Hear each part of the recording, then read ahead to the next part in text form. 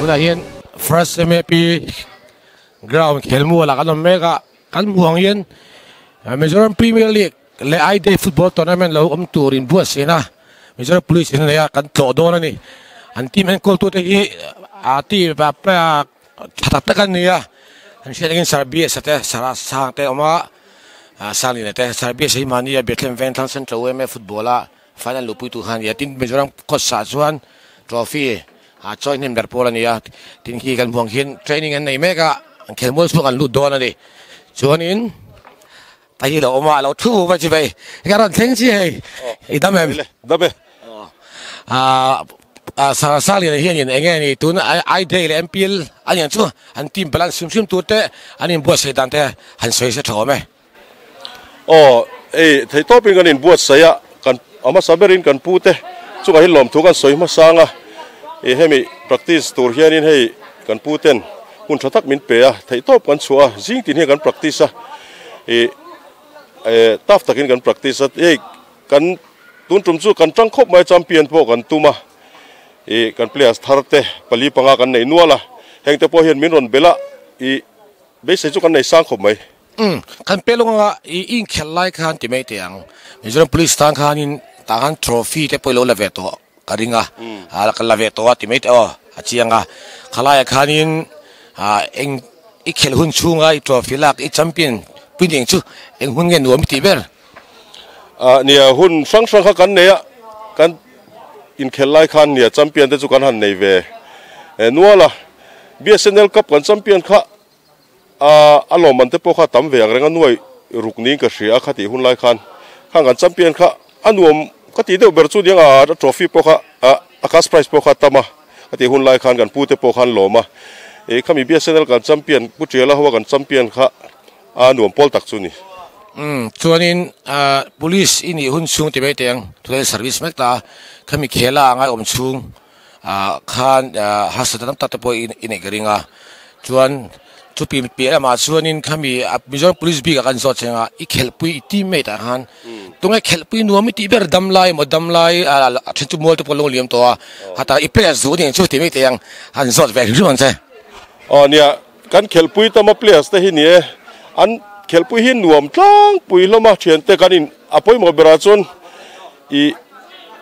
team chunga chonin in Portland team mo kan ya wang hian football chu chu tianga han soi fak tur chu anom tho na chungin ami mal cho soi lo mai la tlang pui thuin team mo kan ya wang hian in Portland ila team chu anuam ani mai an nuam vek khelpui nuam vek mai ke ma chon hun thatak ben pek awan kan lo me ole kalom goalkeeper thating khan ya kan kom lok do ni chi be hey Mizoram football news karon leng lu tani MAP ground na in training tele thil dang in buat sena in turin in team tun balance mo ngani borok chu time borok chu athakop mai kan balance po hi kan training anga thachau tura kan ngaya tuna hian om sa ta hi en ron bel dona zete udo mai hin ron luta ti ho hian kan borok athat ba ka balance chu thachau zel tura kan ngai ani le ai day anai to ta tu hian ai day time po changhal bukai pil ta in squad in ngai tuan wangin kan la champion zo chi la wanga fan kan champion ati dai irilu rim ka nia he kan players ta kan champion ma sakhan angai hin la ni de ufura kan fit thata tun anga training kan nei that hi chuan kan la champion the tura chon ka ngai chuanin khelhun chu Mizoram Police khan kumenza veng ani man kei taka hi ka in khel ria MPL antran tir hian Mizo players sa chona upo ber kania sang ni le som pali thleng kha ka khela ka khel rei kum som ni le kum som pariat chu ka khel manin ka thia players sang tak chuan ti chuan ni fe chuak nol don to ta a hriat renga Mizoram Police tang khan tua chunga Mizoram Police anga football boro ka ding chu in competition tournament khela nge nuami ti bera in champion tu manga han soi khim te Mizoram Police ang hian kan in din le khan champion hi chu kan nei nuala anuam ai day le MPL kan champion kha anuam ka ti de ber tu na chuan ole hun thatak men pe ka van kan lo me ke po ka lo me ti chuan training an na ya setang kan pulis ayan pias panga Borvel inam bela nakina head coach Sabia sakhi biang bi takan ithunga atrenso tison injury lani tenoma tihen tikulat Mizor polisi setang kan ana fak omne memsu anin khel pila ma hian hemi anin liam chungpo hianin khel mol hian pan thowa an pute mo an coaching staff te bulayen chuan lam hian nei me ulova chu tiang chuan an kal thina discipline police ta discipline thani tin footballer ina amamo discipline po hi an coaching staff te hianin an nge ni an kai khoi tha chu kan soilang simsim ni se nakin dawla ga milinga vel nuwa sabia sa kan komdonia kan sitang kan first MFP ground na ai nuam tak mai kanoma nachina kan sengkan an head coach sabia sa central me final rania better event lang coach kania hat sezawak lawla kan seve kanga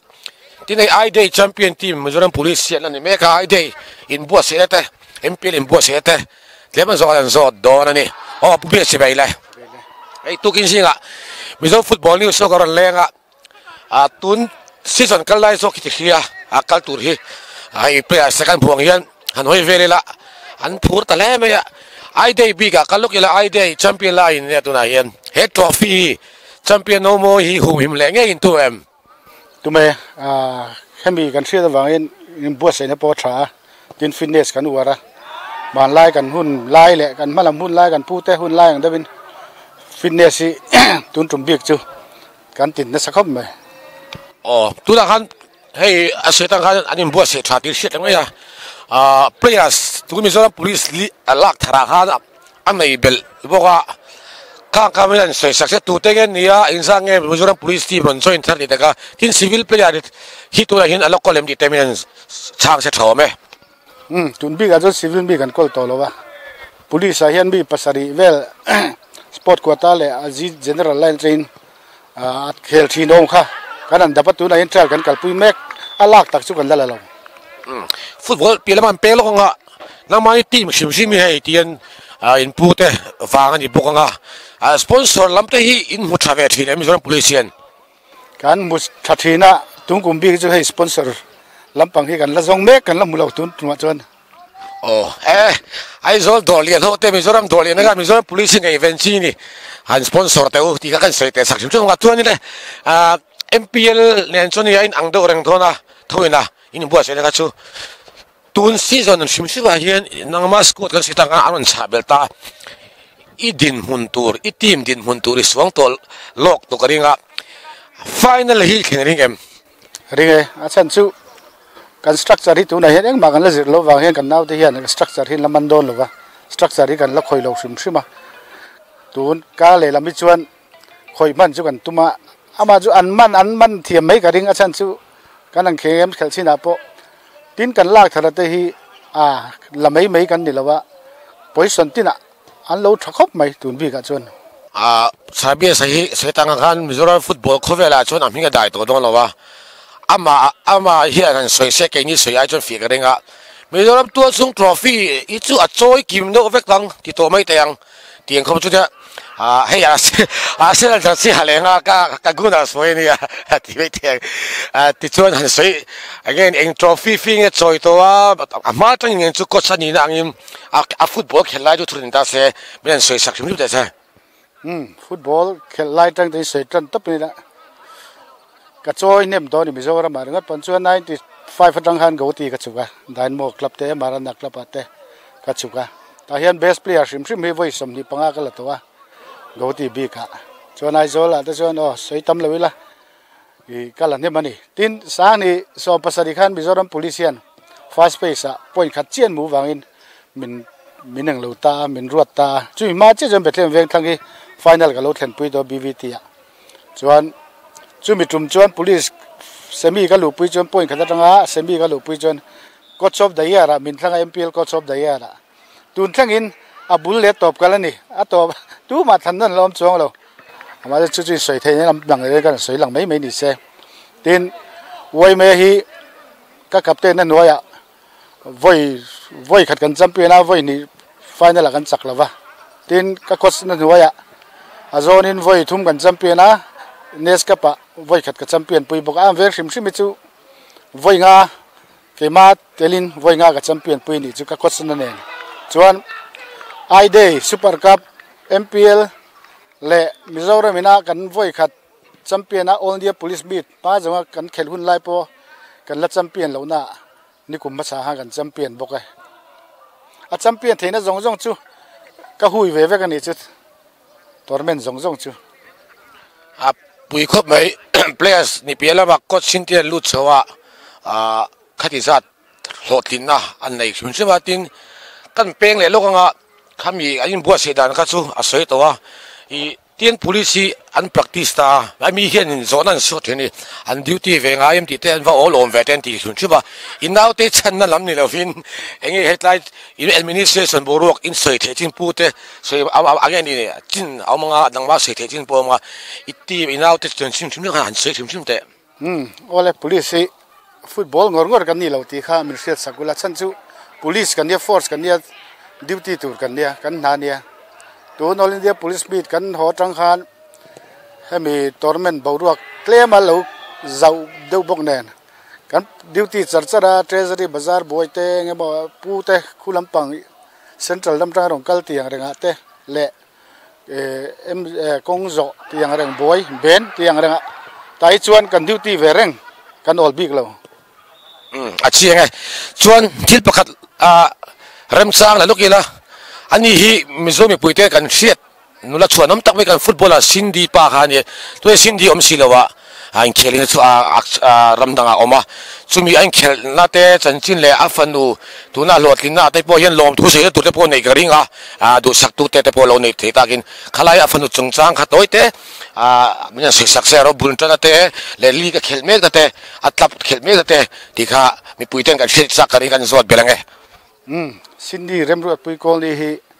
kum som pakhatani khan me chipi MF tournament a hana khel voi khatna ne no pangten in chuan ama hi mitui ania zana te hian room chunga apa entinga te hian mihringom ta sen te ka bumang tiang reng le kha zana kan an zira tu ka fila hian kan panhin kan ti thin ama mitui mi nia tuna hian India team a voi thum voi li akal tawa voi khat saf ka pan champion a tun tuma hian under 20 Bengaluru a Japan akal turin ani bua sai le me kani achiange a mizo pate siarang king ang ti de wa tawin sarbi sapon mizo aizol me ni lo kan nam ta chodam tak me nula sindi a fa na ya football a apa nung zuin tien Mizoram chu India ta kale don India ma timing thadon ni soram khup mai o tikha chun kan du tok don nainga sarbi sa hun thatak min pe ka vain kan loma Mizoram team te Mizo football news 10 du sa sam kan laran cheu kan lo me ke pole